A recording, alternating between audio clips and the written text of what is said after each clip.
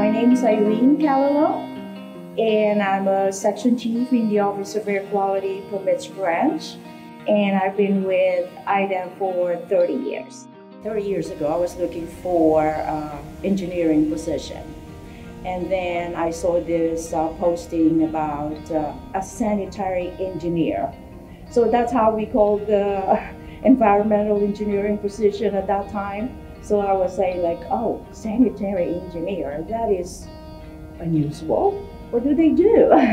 So I applied and I got the interview. And then from that point on, I've been with IDEM.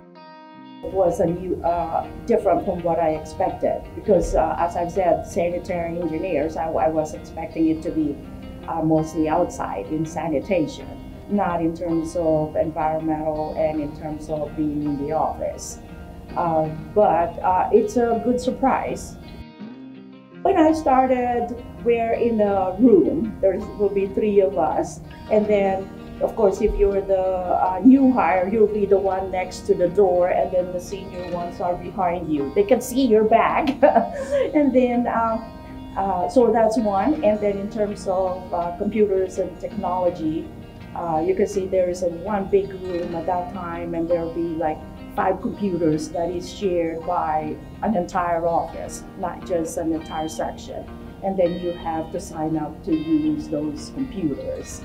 And also at that time, a significant change is that in an office, there's still not smoking allowed, but at this time it's not. And at the same time, in terms of staff and resources, it has significantly improved and more resources available to us now.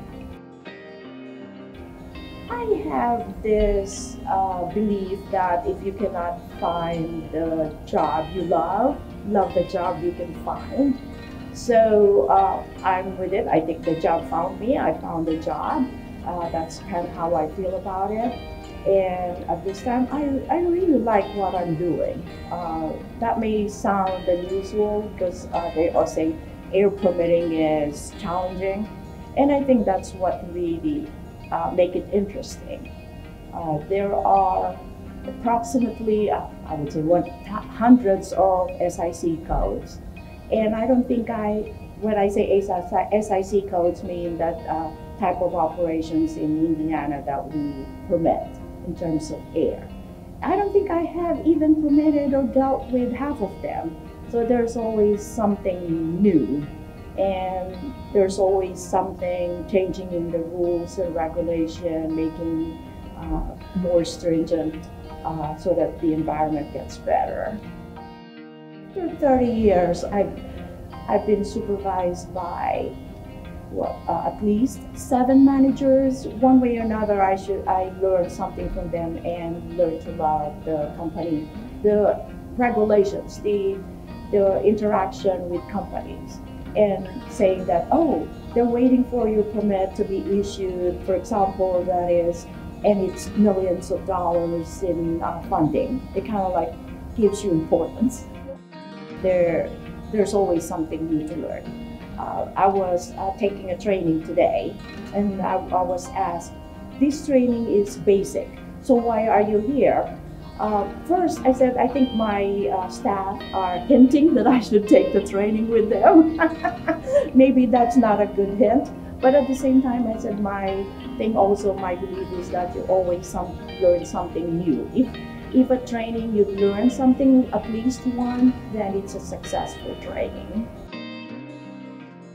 I don't think I can say that is one achievement that it's credited just for me.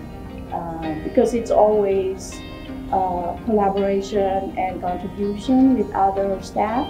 I don't think I will be a good section chief if it's not because of my supervisor and the staff being eager to listen or to be mentored. I love my job. I like what I'm doing, and it's one that also already provides a balance between personal and professional work. So it's one that that gives you that chance to balance work and play at the same time.